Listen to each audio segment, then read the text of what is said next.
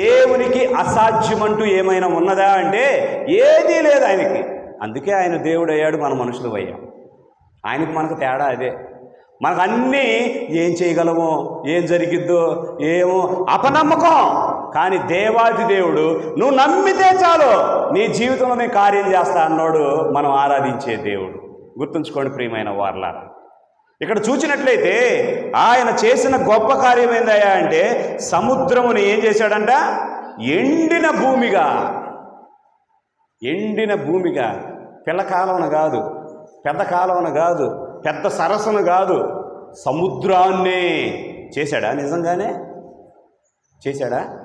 నిర్గమాకాండం 14వ అధ్యాయంలోనికి వెళ్తే, నిర్గమాకాండం 14వ అధ్యాయంలో చూసినట్లయితే ప్రియమైన వారలారా, ఇజ్రాయేల్ జనాంగం ఐగుప్తు దేశము నుంచి ఐగుప్తు దేశం దాటి కానాను దేశానికి ప్రయాణమై ఆ ప్రయాణంలో పోతూ ఉండగా అనుకోకుండా వాళ్ళకి ఏది ఎదురొచ్చింది? ఒక సముద్రం ఎదురొచ్చింది. ఏంటి ఆ సముద్రం? ఎర్ర సముద్రం ఎదురొచ్చింది. సముద్రము దాటగలరా? ఏమండి, ఇటు రేపల్ల సైడ్ తెనాలి రేపల్లి అటువైపున లంకలు ఉంటాయి. దాటాలంటే ఆ తాటి చెట్లు ఉంటాయి చూసారా? తాటి చెట్లు ఒక 2, 3 అలా వేస్తారు, అవి దాటుకుంటూ పోతారన్నమాట. కానీ సముద్రానికి ఎన్ని తాటి చెట్లు ఎత్తి దాటుతాం మనం? దాటగలమా? సాధ్యమేనా? కానీ దేవుడు తన ప్రజల కొరకు ఆయన ఏదైనా చేయగలడు. గుర్తుంచుకోండి, నీకు నాకు సాధ్యం కాకపోవచ్చు, కానీ ఆ దేవుణ్ణి మనము నమ్మినట్లయితే ఆ దేవుడు మన కొరకు అసాధ్యాన్ని సుసాధ్యం చేయగలిగినటువంటి సమర్థుడు. చూసినట్లయితే నా ప్రియ దేవుని జనాంగమా, కొన్ని లక్షల జనాంగము ఎదురు చూస్తూ ఉన్నారు. దేనికి ఎదురు చూస్తూ ఉన్నారయ్యా అంటే ఆ ఎర్ర సముద్రము దాటి పాలు తేనెలు ప్రవహించు దేశానికి వాళ్ళు వెళ్ళాలా. వెళ్ళే సమయంలో అది ఎదురు రాగానే వీళ్ళు కృంగిపోతూ ఉన్నారు. ఎవరు? ఇజ్రాయేలీయులు. దేవుని బిడ్డలుగా పిలువబడుతున్న వారు కృంగిపోయి గొనుగులు సనుగులతో ఉంటూ ఉండగా ప్రియమైన వారలారా, ఆడ జరిగిన విషయం ఏందయ్యా అంటే నిర్గమాకాండం 14వ అధ్యాయంలో చూసినట్లయితే మోషే దేవునికి ప్రార్థన చేస్తూ ఉన్నాడు. ఓ ప్రభువా, నువ్వు నరుల వంటి వాడివి కావు,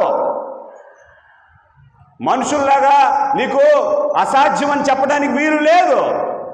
భూమి ఆకాశములు కలగజేసినాడు నువ్వే, సమస్తమును సాధ్యపరచగలిగిన వాడు నీవే అని చెప్పేసేసుకొని ఒకవేళ ప్రార్థన చేస్తూ ఉన్నాడు ఈ సమస్య నుంచి విడిపించాలని. వెనక చూస్తే ఫరో సైన్యం వస్తూ ఉన్నది, వెంబడిస్తూ ఉన్నది. ముందు చూస్తే ఎర్ర సముద్రం ఎదురొస్తూ ఉన్నది. ఏమి చేయలేని పరిస్థితులలో ఈ ప్రజలను ఈ విధంగా నువ్వు చంపుతావా అని మొర్ర పెడతా ఉంటుంటే దేవుడు అనే మాట ఏంటి తెలుసా? ఏ మోషే, ఏం బాధపడుతున్నావు ఏంటి? బాధ కాకపోతే ఏంది ప్రభువా? వీళ్ళకి బొవ్వ పెడితేనేమో అబ్బా మా మోషే అంతటోడు లేడని చెప్తురు, ఏదైనా సమస్య వస్తేనేమో ఒరే నచ్చోడా నీ వల్లేనా మాకు ఈ సమస్యలు వస్తున్నాయని మళ్ళీ నా మీద వేస్తున్నారు, నేనే కన్నానా వీళ్ళని? ఏంది ప్రభువా నాకు ఈ కష్టము?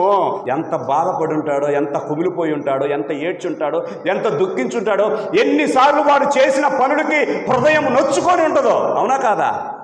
మన పిల్లలే మన మాట వినకపోతే ఎంతో తల్లడిల్లిపోతారు. సంఘము దైవజనుడి మాట, దేవుడి మాట వినకపోతే దైవజనుడు ఎంతో తల్లడిల్లిపోతాడు. అలాంటిది లోకంలో ఉన్న మనుషులు దేవుని మాట వినకపోతే ఆ దేవాది దేవుడు ఎంతగా కృంగిపోతా ఉన్నాడు. అప్పుడు మోషేతో అంటా ఉన్నాడు, ఆగిపోపా, నువ్వు ఆగిపోవడానికి వీలు లేదు, సాగిపో అని చెప్పేసేసి ఫలానా నువ్వు చేస్తే ఆ ఎర్ర సముద్రం మీరు దాడతారు రబ్బాయి అన్నప్పుడు కర్ర ఎర్ర సముద్రం వైపు చూపినప్పుడు ప్రియమైన వారలారా, ఆ అలలు ఆ సౌండ్లకి భయపడతా ఉన్నటువంటి వీరు ఎప్పుడైతే దైవజనుడు దేవుని మాట విని తన చేతిలో ఉన్న దానిని ఆ సమస్య వైపు చూపించాడో సమస్యలో పరిష్కారం దొరుకుతూ ఉంది. దేవుడికి మహిమ కలుగును గాక. అప్పుడు దాకా దానిని చూసినప్పుడు సమస్య అనుకున్నారు. ఎప్పుడైతే దేవుడి సహాయం పొందుకున్నారో ఆ సమస్యలోనే పరిష్కారం కనబడతా ఉంది. సముద్రం 2 పాయలుగా అవుతూ ఉంది. వీళ్ళేం చేస్తూ ఉన్నారు? కష్టపడకుండానే దేవుడు చేసిన కార్యాన్ని అనుభవిస్తూ ఉన్నారు. అనుభవిస్తూ ఆ ఎర్ర సముద్రం దాటి అవతలకు వెళ్తూ ఉన్నారు.